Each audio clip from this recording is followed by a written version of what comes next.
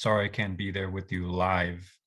I had some unexpected circumstances come up, but I hope that this recorded keynote will still be a useful contribution to the conference. Now, my hometown, San Jose, California, is the capital of Silicon Valley, the home of the semiconductor. Our digital present was born in part in San Jose, and the city remains a major source of the technological innovations that will help to shape the future. But San Jose was also one of the birthplaces of another technology that, in my opinion, receives too little attention in popular narratives of Silicon Valley. In this talk, I want to think about how the meanings of science and technology change if we decenter the big tech industry and the North American national mythology of entrepreneurial tech geniuses, and instead imagine the future from East San Jose and the East Side's science fiction, the Lowrider. Now, a lowrider is basically a car that has been modified so that, as the name suggests, it rides low, lower and closer to the ground than the car's designers intended.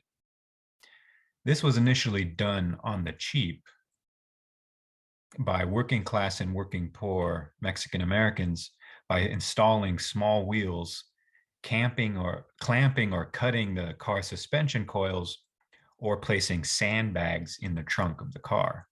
Now, since they are so low, lowriders must be driven slowly, leisurely, luxuriously. Whereas the muscle car, the Ford Mustang, the Chevy Camaro, is a hot machine, a machine of aggressive speed and power, the lowrider, in contrast, is cool. You don't race a low-riding Fleetline or Impala. You cruise while dreaming casually, to quote a popular low-riding song by the Chicano rock band, the Midnighters. The point is not to dash by, but to be seen, to be on display, to flaunt your inefficient slow motion, and to take pride in the beauty and craftsmanship of your creation. I mention the Midnighters' song, Dreaming Casually, because music is essential to understanding the rhythm and pace of lowriding. In terms of genre, most lowriding music is known within lowrider culture as oldies, a word that means more than just old music. More specifically, oldies are primarily the African American musics of the 50s, 60s, and 70s, the sounds of Motown, doo-wop, soul, rhythm and blues. Many of these songs were collected in the late 1980s in a series of now classic vinyl records called East Side Story, which feature pictures of lowriders on their covers. The importance of African American musics in these records is a reminder of the bonds between Black and brown peoples in the cities that created lowriding, and a reminder that the history of lowrider culture is in fact a co-history of African and Mexican Americans. No song illustrates this co-history better than the anthem of lowriding, the appropriately named Lowrider by War. Although they were predominantly a Black band, War first called themselves Señor Soul, and they dressed in sombreros. You'll also notice that this African-American anthem of Mexican-American lowrider culture incorporates the instruments and sounds of Latin American music. To return to the Midnighters, their song, Dreaming Casually from 1967, also helps me elaborate on one of the central ideas of this talk, namely that lowriding is science fictional.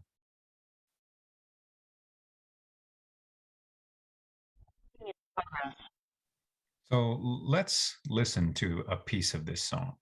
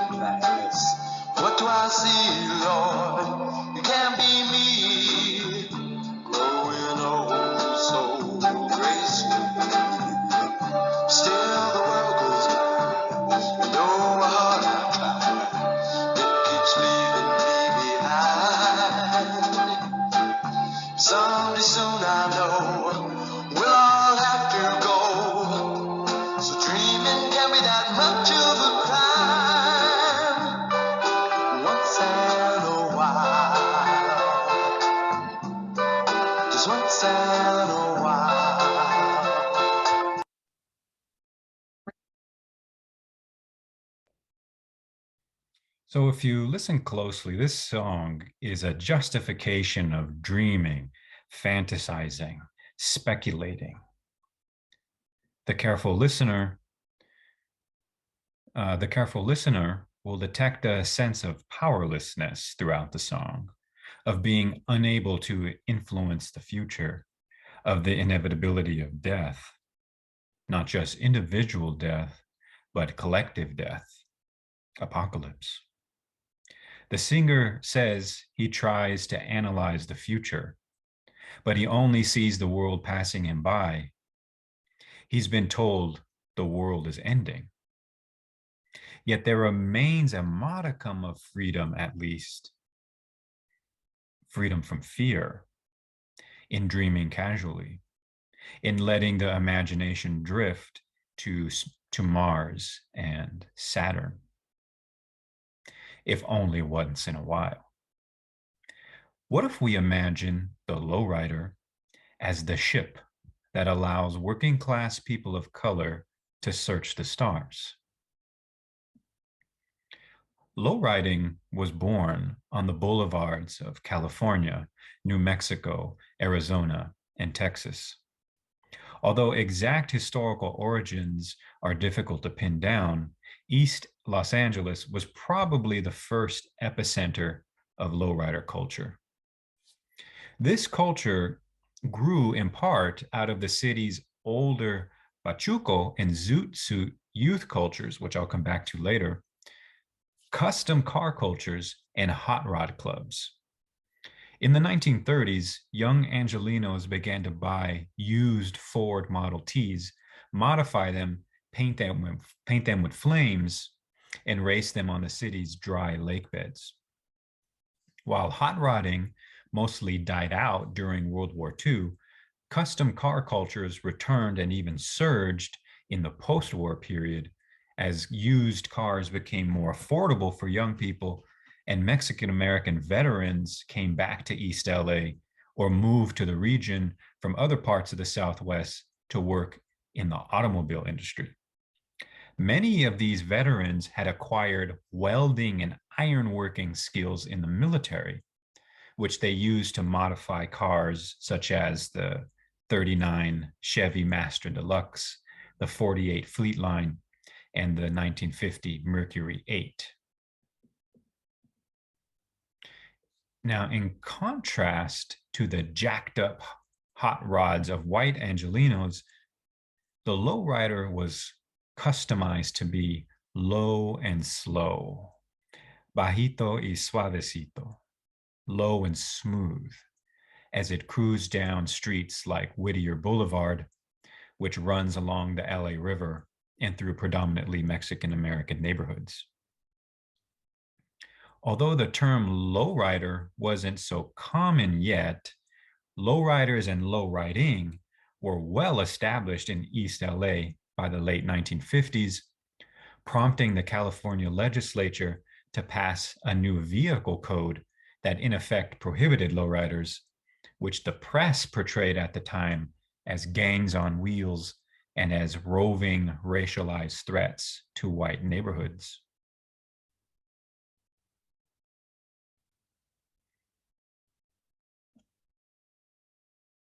According to one origin story, it was this 1959 law that led to the invention of lowrider's most science fictional element, hydraulics.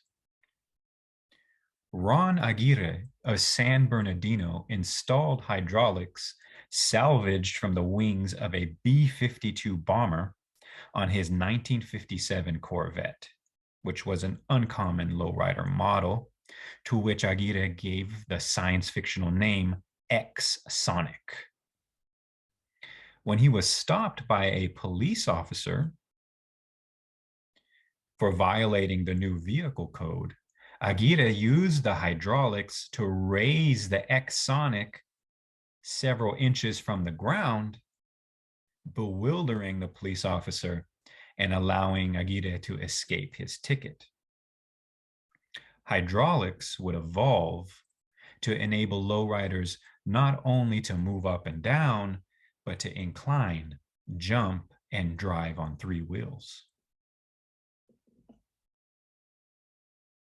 In the 1970s, East San Jose emerged as a lowriding capital of Northern California.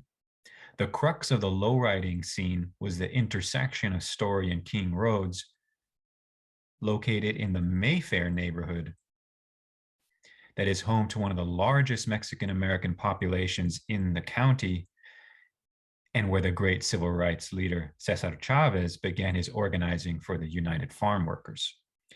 This is a demographic map made from US Census data.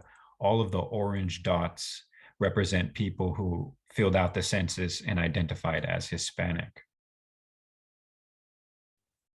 We shouldn't forget about the very important Asian American population in East San Jose as well, that is represented by the red dots in the map.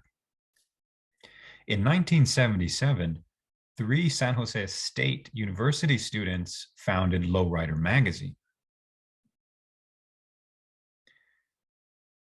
Although the magazine would achieve wide circulation only after it began to feature sexualized female models on its cover, a sexist marketing gimmick that is admittedly symptomatic of the highly masculine culture of lowriding, it initially had a closer connection to the Chicano movement on the east side, on the San Jose State campus, and across California more broadly.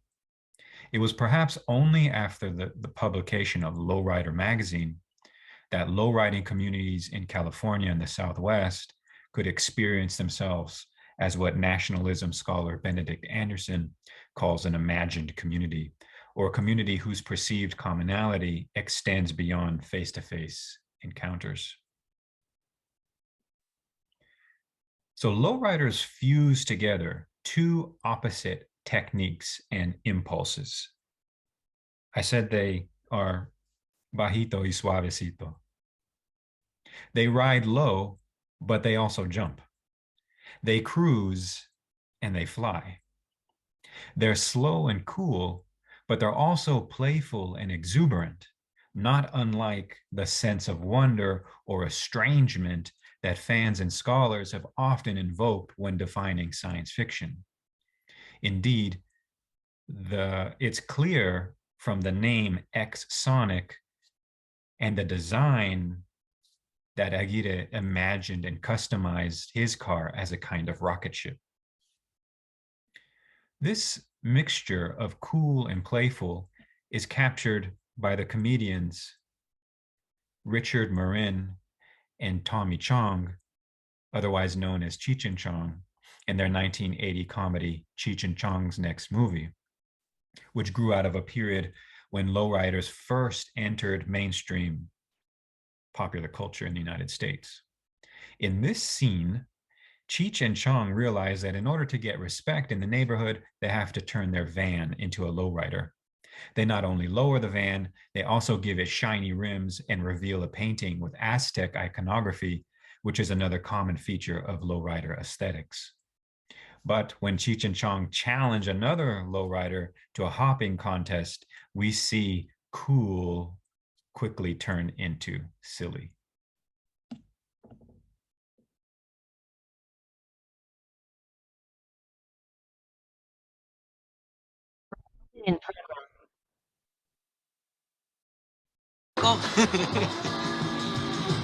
Hey, Holmes. Hey, that's a nice car, man. You better get it back to the circus before they find out it's gone. Oh, you want to jump, huh? Hey, is that all the higher you can get it up, man? Go ahead, hit it, man.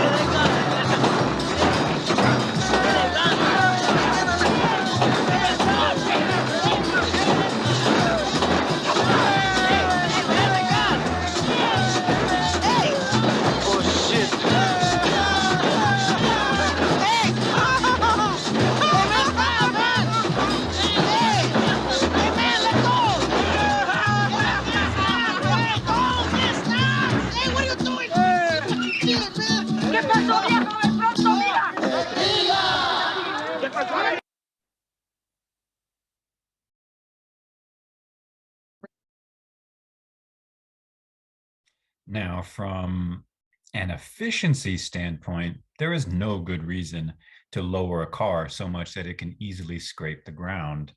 It's equally absurd from this perspective to make a car jump.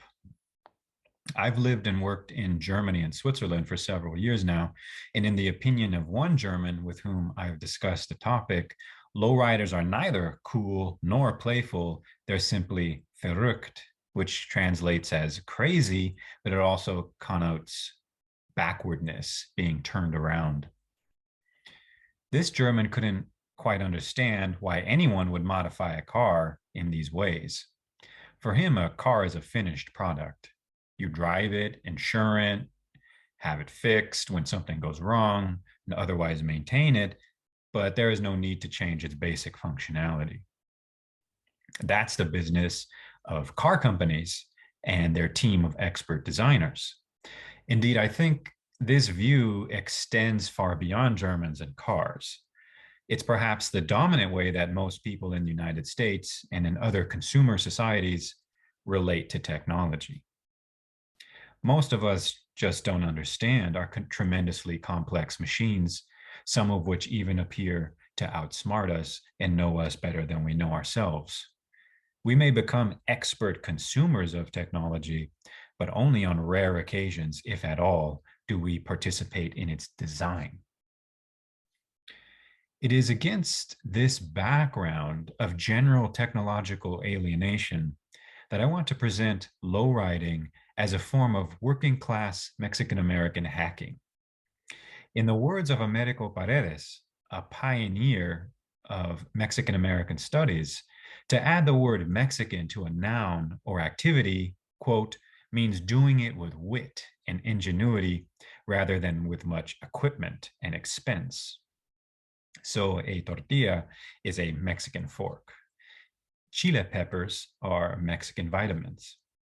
For working class and working poor Mexican Americans who don't have the means or the concrete opportunities for advanced technical education, lowriding is Mexican hacking, hacking a la mexicana, a practice that speculates on the meanings and functions of the American automobile, transforming it into a Mexican spaceship. My father had a Mexican spaceship. To be precise, it was this 1964 Impala. No sooner did I learn to walk than I'd climb into his lowrider and play with the hydraulics. As a boy, I was also fascinated by the tattoos on my father's hands. Although the ink has faded, the dreams and aspirations behind them have not. On this hand, perhaps only faintly visible, are a pair of praying hands, the word madre, a butterfly, and barbed wire. My father has told me that when he was a teenager, when he was a young vato loco or tough guy, this butterfly represented hope, the hope of escaping a world of barbed wire, that is, a world that felt like it was surrounded by a prison fence. Many of my father's fellow vatos in the neighborhood would indeed go to prison. But my father, like the butterfly, would make it over the barbed wire. Today, he's a mechanical engineer. So you can see why I don't think lowriding is just verrückt. I think building and maintaining a lowrider gave my father an opportunity to pursue his interest in engineering, which was especially important for a young man who was held back in primary school just because Spanish was his first language and who had given up and dropped out of school by the time I was born. My father's eventual success as an engineer wasn't a break from his life as a lowrider, but rather an extension of it, a continuation of the butterfly's journey and of dreaming casually. Now, if my father's story is an example of lowriding as hacking, I also want to present lowriding as a cultural hack, a way of intervening in and repurposing Anglo-America's perceptions of Mexican Americans, as well as dominant forms of cultural memory. The hot rod culture of white California is comfortably nestled in US popular culture's intense nostalgia for the early post-war period. I'm referring to the nostalgia for diners and rock and roll, drive-in movies and school dances, a moment of youthful innocence prior to the turbulence of the late 1960s. But while Anglo and Mexican American car cultures emerged side by side, the latter has almost no place in the dominant forms of nostalgia. To give you a better sense of this difference, I want to compare two cinematic treatments of early post-war car culture, both from the 1970s. George Lucas's American Graffiti from 1973 and Michael Pressman's Boulevard Nights from 1979. American Graffiti is the quintessential nostalgia film. Set in Modesto, California in 1962, the film is a loose fictionalization of director George Lucas's childhood in the town. As we can see from the previous poster, American Graffiti idealizes the 50s and early 1960s. symbolized by the diner waitress on roller skates, by her sassy smile and healthy rosy cheeks, by the all-American meal of hamburgers, fries, and Coca-Cola, by the backdrop of sparkling cars and Americana red. The movie follows a young man who enjoys one last night of cruising on the boulevard before he leaves for college in the morning. While he and his hot rod friends make mischief and get into some trouble with the police, it's all in good fun. This is an America that is still innocent, an America that has yet to register the traumas of the assassination of President Kennedy and the Vietnam War and the race rebellions of Watts in Detroit. And it is an America that is almost entirely white. Like the history of the town itself, whose name Modesto means modest or humble in Spanish, Mexican Americans and lowriders are mostly erased from the movie's memory. When Mexicans do appear in American graffiti, they are coded as gang members, criminals, hoodlums who are outside the movie's idealized white community and who add a touch of mild danger to the plot. So Kurt, the protagonist, is confronted by three members of a car club, the Pharaohs. While the leader of the Pharaohs, Joe, is coded as white, the other two, with their black hair and their ethnic English, are coded as Mexican. The script tells us that their names are Carlos and Ants. Carlos is described as a short little kid about 15 years old. He appears tougher than the rest with a cigarette dangling from his mouth. Ants is a tall, ghoulish-looking kid who probably got his name from the scar across his face, which has recently been stitched to look like a party of ants marching across his cheek. Mexicanness is also signified by its conspicuous absence. The Pharaohs confront Kirk because he is sitting on the car of Gil Gonzalez, who is mentioned but never seen, and whose Spanish name, again, codes him as Mexican and reinforces the Pharaohs' racial difference. By linking Mexicans' criminality in car clubs, Lucas basically reinforces the dominant view of Anglo-America that lowrider communities are nothing more than gangs. While the criminal otherness of lowrider culture is visible in American graffiti, mainly by way of illusion and conspicuous absence, it's central in Boulevard Nights. Released in the crisis-ridden late 1970s, this film can no longer muster an idealization of the early pre-war period, whose innocence is now long gone. Boulevard Nights was part of a cycle of gang movies in the 1970s that transformed Lucas's rambunctious white teenagers into black and brown armies of the night, as this poster for the most controversial of the gang films, The Warriors, put it. While the first poster for Boulevard Nights focuses rather neutrally on the lowriders on Whittier Boulevard, this second poster exploits the thrilling danger of urban racial violence in a way that closely resembles the poster for The Warriors. On the one hand, Boulevard Nights is notable for being one of the first Hollywood films to be set in East LA, to be cast primarily with Mexican-American actors and actresses, and to focus directly on the Chicanx experience. This is our American graffiti, said one Chicano who was involved in the production of the movie. On the other hand, Boulevard Nights was a rather unflattering debut of the Chicanx film.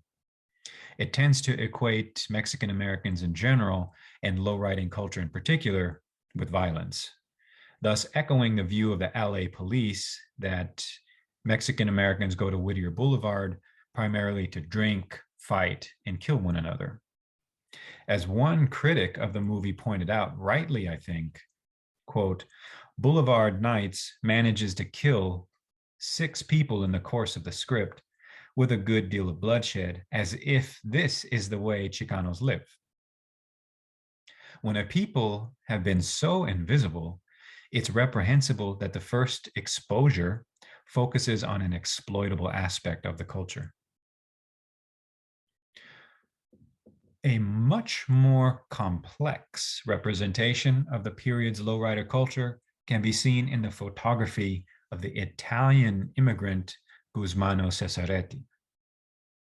His series, East LA Diaries, grew out of the time he spent in East LA with the Clique car club.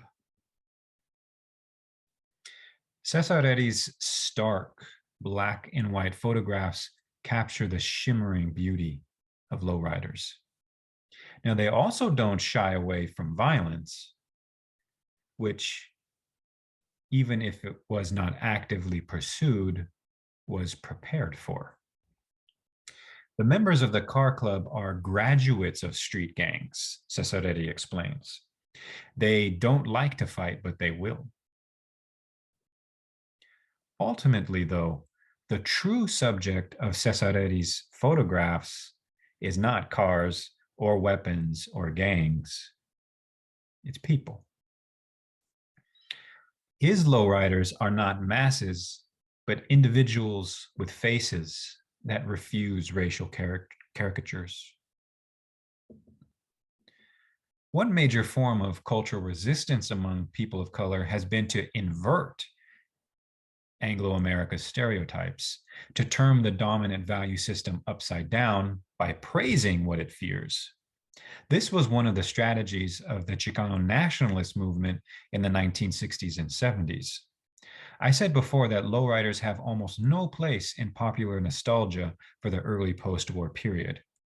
But the Chicano nationalist movement has been quite successful in producing a kind of minority nostalgia, a counter-nostalgia that idealizes the lowrider as the very gangster of Anglo-America's nightmares.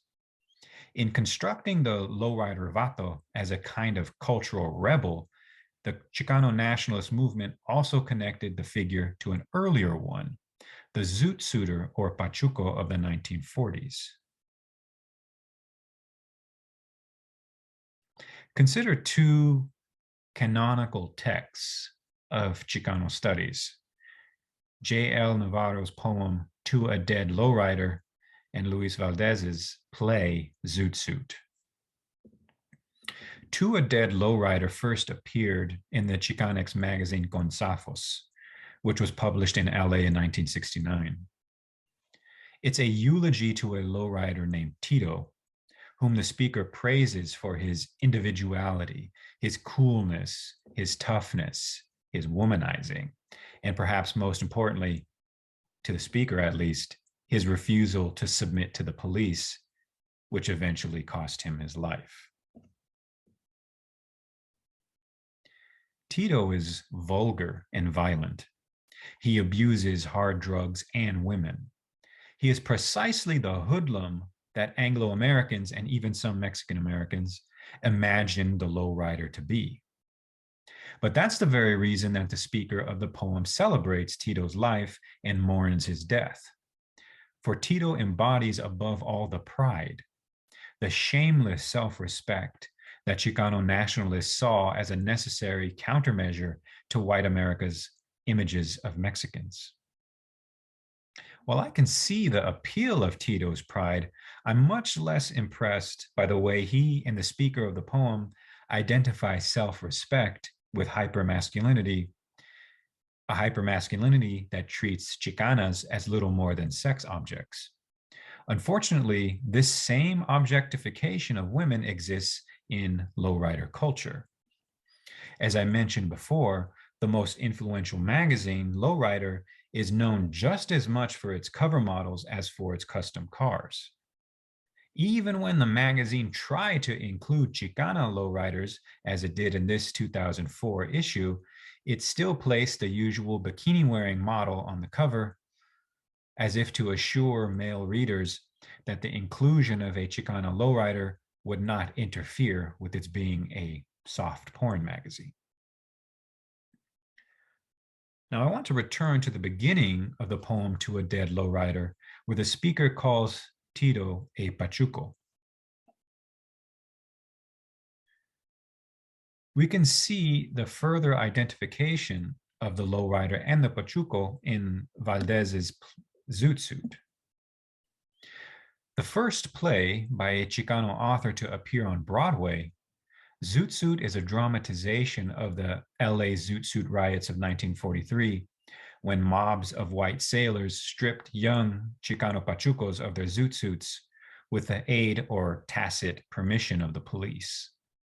The Pachuco and Pachuca were characterized by their large, bright, flashy, oversized jackets and pants, which mocked wartime rationing and shocked both Anglo-Americans and Mexican-American parents.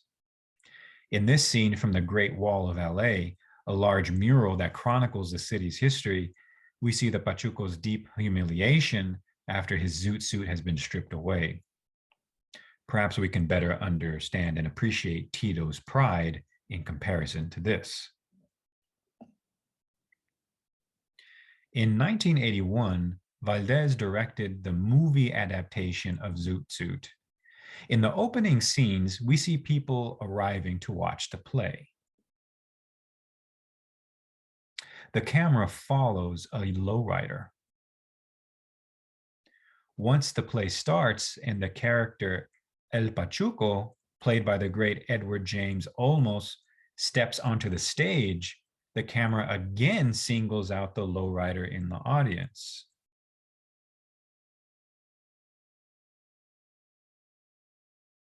What the camera is subtly telling us is that the male lowrider is the movie's intended viewer. The story is aimed at him and other lowriders in order to show them their history, to show them that they are the descendants of the old Pachucos. As the film identifies lowriders with Pachucos, it seeks to create a minority cultural memory of the 1940s that will inspire Mexican Americans to continue the Pachucos' rebellion against US racism. Here's part of what El Pachuco says.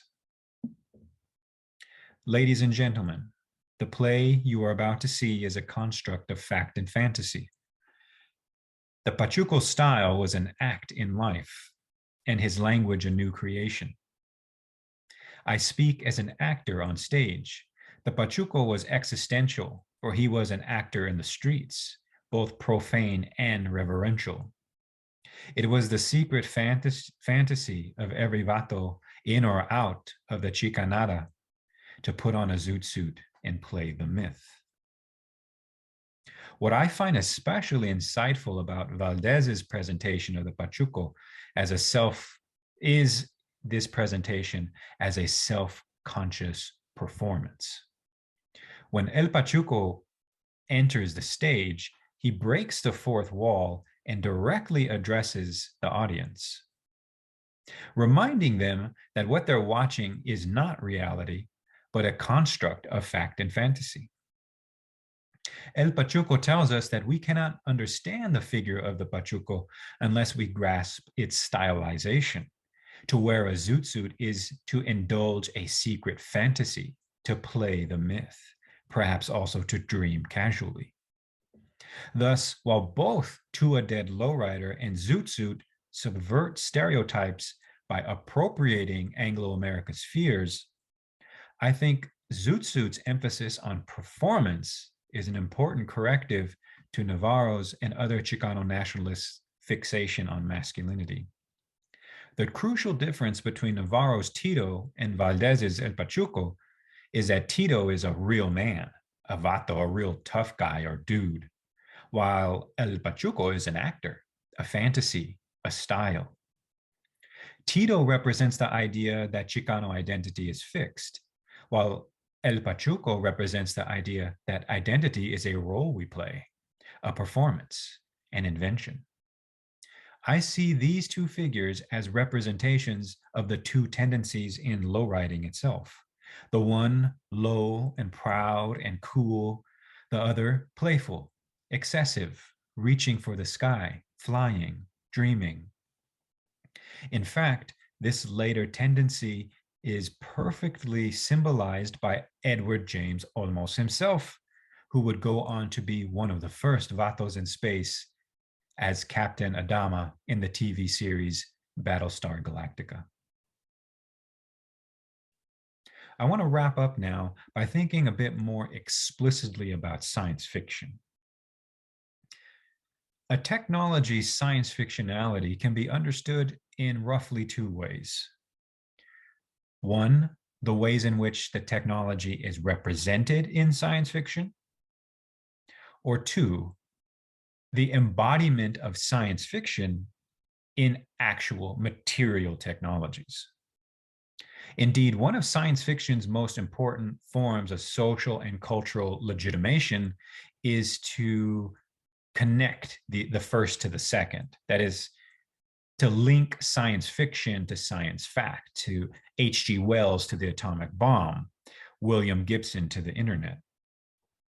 Science fiction supplies the dreams our stuff is made of, as Thomas Dish puts it. But the meanings of a technology are not settled once and for all in a finished device. The life of a technology consists in its uses and reuses, misuses and abuses, in the user's experimentation with affordances that are latent in a technology, but cannot always be foreseen by its original designers. Thus, to conceptualize science fiction, not only in terms of literature or comics, representation in film, in television, or games and music, but also as technical objects like Lowriders, we need to understand science fictionality as always already latent in forms of everyday technical action that estrange and jailbreak objects from their corporate-controlled design and official uses. That's an important idea, so I want to say that again. To conceptualize science fiction, not only in terms of literature or comics, film or television, games or music, but also as technical objects like Lowriders, we need to understand science fictionality as always already latent in everyday forms of technical action that estrange and jailbreak objects from their corporate-controlled design and official uses.